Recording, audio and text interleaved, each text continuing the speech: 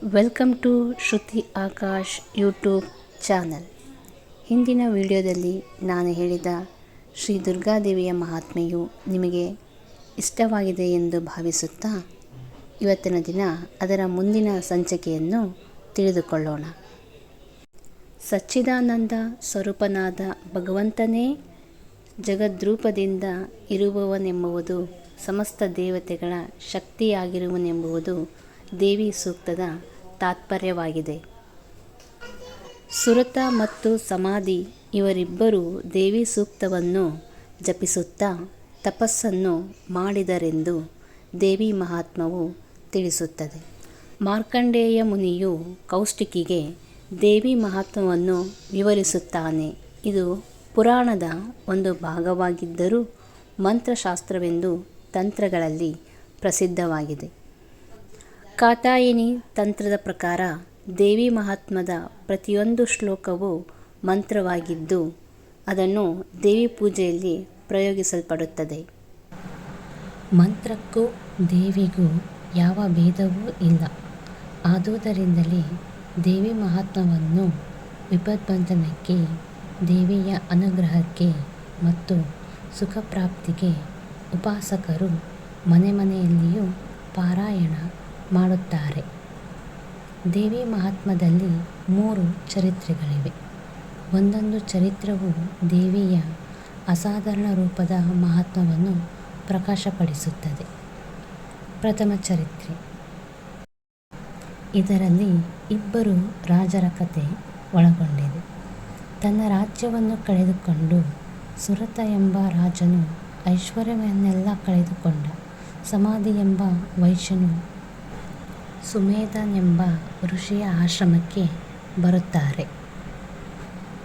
ಸಮಾಧಿಯು ಶ್ರೀಮಂತರ ಕುಲದಲ್ಲಿ ಹುಟ್ಟಿದ್ದರೂ ತನ್ನ ಪತ್ನಿ ಪುತ್ರರಿಂದ ವಂಚಿತನಾಗಿ ಸರ್ವಸ್ವವನ್ನು ಕಳೆದುಕೊಂಡು ಬಂದಿರುತ್ತಾನೆ. ಇವರಿಬ್ಬರೂ ಋಷಿಗೆ ಪ್ರಣಾಮವನ್ನು ಮಾಡಿ ತಮ್ಮ ಕಷ್ಟಗಳನ್ನು ಹೇಳಿಕೊಂಡು ಋಷಿಯನ್ನು ಪ್ರಶ್ನಿಸುತ್ತಾರೆ. ಮುನಿಶ್ರೇಷ್ಠನೇ, ನಾನು ರಾಜ್ಯಭ್ರಷ್ಟನಾಗಿದ್ದರೂ ಸಮಸ್ತ ರಾಜ್ಯಾಂಗಗಳಲ್ಲಿ ನನ್ನ ಮಮತ್ವವು ಹೋಗಿಲ್ಲ. ಇದಕ್ಕೆ ಕಾರಣವೇನು ಎಂದು ಪ್ರಶ್ನಿಸುತ್ತಾನೆ. ಈ ವೈಶ್ಯನು ಪತ್ನಿಪುತ್ರರಿಂದ ನಿರಾಕರಿಸಲ್ಪಟ್ಟಿದ್ದರೂ ಅವರ ಬಗ್ಗೆ ಆಸಕ್ತಿಯು ಇವನಿಂದ ಹೋಗಿಲ್ಲ. ಈ ಮೂಢತನಕ್ಕೆ ಕಾರಣವೇನು? ಸುಮೇಧ ಮುನಿಯು ಇವರ ದುಃಖದ ಕಾರಣವನ್ನು ವಿವರಿಸುತ್ತಾ ಅದಕ್ಕೆ ಪರಿಹಾರವನ್ನು ಹೇಳುತ್ತಾನೆ. ಮಹಾಭಾಗ, ಪ್ರಾಣಿಗಳಿಗೆಲ್ಲ ತಮ್ಮ ತಮ್ಮ ವಿಷಯಗಳಲ್ಲಿ ಜ್ಞಾನವಿರುತ್ತದೆ.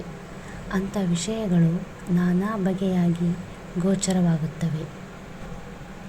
ಕೆಲವು ಪ್ರಾಣಿಗಳು ಹಗಲಿನಲ್ಲಿ ಕುರುಡಾಗಿದ್ದರೆ ಇನ್ನು ಕೆಲವು ರಾತ್ರಿಯಲ್ಲಿ ಕುರುಡಾಗಿರುತ್ತವೆ. ಮತ್ತು ಕೆಲವು ಹಗಲು ರಾತ್ರಿಗಳಲ್ಲಿ ಸಮಾನ ದೃಷ್ಟಿಯನ್ನು ಪಡೆದಿರುತ್ತವೆ. ಮನುಜರು ಮಾತ್ರ ಜ್ಞಾನ ಸಂಪನ್ನರೆಂದು ಹೇಳಲಾಗುವುದಿಲ್ಲ. ಪಶು ಪಕ್ಷಿ ಮೃಗಾದಿಗಳೆಲ್ಲ ಜ್ಞಾನವನ್ನು ಹೊಂದಿರುತ್ತವೆ. ಅವುಗಳಿಗೂ ಮನುಷ್ಯರಂತೆಯೇ ಮಮತೆ ಮೋಹಗಳಿರುತ್ತವೆ. ಮಕ್ಕಳು ಪ್ರತ್ಯುಪಕಾರವನ್ನು ಮಾಡುತ್ತಾರೆಂಬ ಲೋಭದಿಂದ ಮನುಷ್ಯರು ತಮ್ಮ ಮಕ್ಕಳಲ್ಲಿ ಆಸಕ್ತಿಯುಳ್ಳವರಾಗಿರುತ್ತಾರೆ.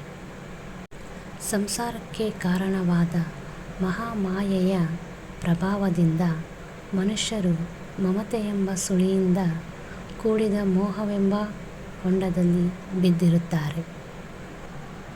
ಇದರಲ್ಲಿ ವಿಸ್ಮಯವೇನೂ ಇಲ್ಲ, ಏಕೆಂದರೆ ಅವಳು ಜಗತ್ಪತಿಯಾದ ಶ್ರೀ ವಿಷ್ಣುವಿನ ಮಾಯೆ. ಮಹಾಮಾಯೆಯಿಂದಲೇ ಬಂದು ಮೋಕ್ಷಗಳಾಗುವವು. ಅವುಗಳಿಂದಲೇ ಜಗತ್ತಿನ ಸೃಷ್ಟಿ ಸ್ಥಿತಿ ಲಯಗಳಾಗುವವು. ನಿತ್ಯಳಾದ ಆ ಜಗನ್ಮೂರ್ತಿಯಿಂದ ವಿಶ್ವವೆಲ್ಲವೂ ಆವರಿಸಲ್ಪಟ್ಟಿದೆ. ದೇವತೆಗಳ ಕಾರ್ಯಸಿದ್ಧಿಗಾಗಿ ಅವಳು ಆವಿರ್ಭಾವವನ್ನು ಹೊಂದಿದಾಗ ಆ ನಿತ್ಯ ಶಕ್ತಿಯು ಉತ್ಪನ್ನಳಾದಳೆಂದು ಲೋಕದಲ್ಲಿ ಹೇಳಿಕೊಳ್ಳುತ್ತಾರೆ.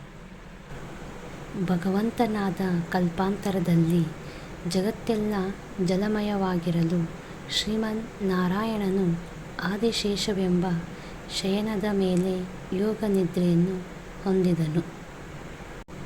ಆಗ ಮಧುಕೈಟಭರೆಂಬ ಅಸುರರು ವಿಷ್ಣು ಕರ್ಣಕಮಲದಿಂದ ಉದ್ಭೂತರಾಗಿ ಕರ್ತೃವಾದ ಬ್ರಹ್ಮನನ್ನೇ ಕೊಲ್ಲಲು ಪ್ರಯತ್ನಿಸಿದರು. ಆಗ ಬ್ರಹ್ಮನು ವಿಷ್ಣುವನ್ನು ಎಚ್ಚರಗೊಳಿಸಲು ಅವನ ಕಣ್ಣುಗಳಲ್ಲಿದ್ದ ಯೋಗನಿದ್ರೆಯನ್ನು ಪ್ರಾರ್ಥಿಸಿದನು. ಆಗ ತಾಮಸೀ ರಾತ್ರಿಯಾದ ಯೋಗನಿದ್ರೆಯು ವಿಷ್ಣುವನ್ನು ಎಚ್ಚರಗೊಳಿಸಿ ಅವನ ಮೂಲಕ ಮಧುಕೈಟಭರನ್ನು ನಾಶ ಮಾಡಿಸಿದಳು. ಆದ್ದರಿಂದ ದೇವಿಗೆ ಮಧುಕೈಟಭನಾಶಿನಿ ಎಂಬ ಹೆಸರು ಬಂದಿದೆ. ಇಲ್ಲಿಗೆ ಪ್ರಥಮ ಚರಿತ್ರೆಯು ಮುಕ್ತಾಯವಾಗುತ್ತದೆ. Thanks for watching. ಮುಂದಿನ ವಿಡಿಯೋದಲ್ಲಿ ಎರಡನೇ ಚರಿತ್ರೆ ಬಗ್ಗೆ ತಿಳಿದುಕೊಳ್ಳೋಣ. ಹೆಚ್ಚಿನ ವಿಡಿಯೋಗಳಿಗಾಗಿ ಶ್ರುತಿ ಆಕಾಶ್ ಚಾನಲನ್ನು ಸಬ್ಸ್ಕ್ರೈಬ್ ಮಾಡಿ ಪ್ರೋತ್ಸಾಹಿಸಿ.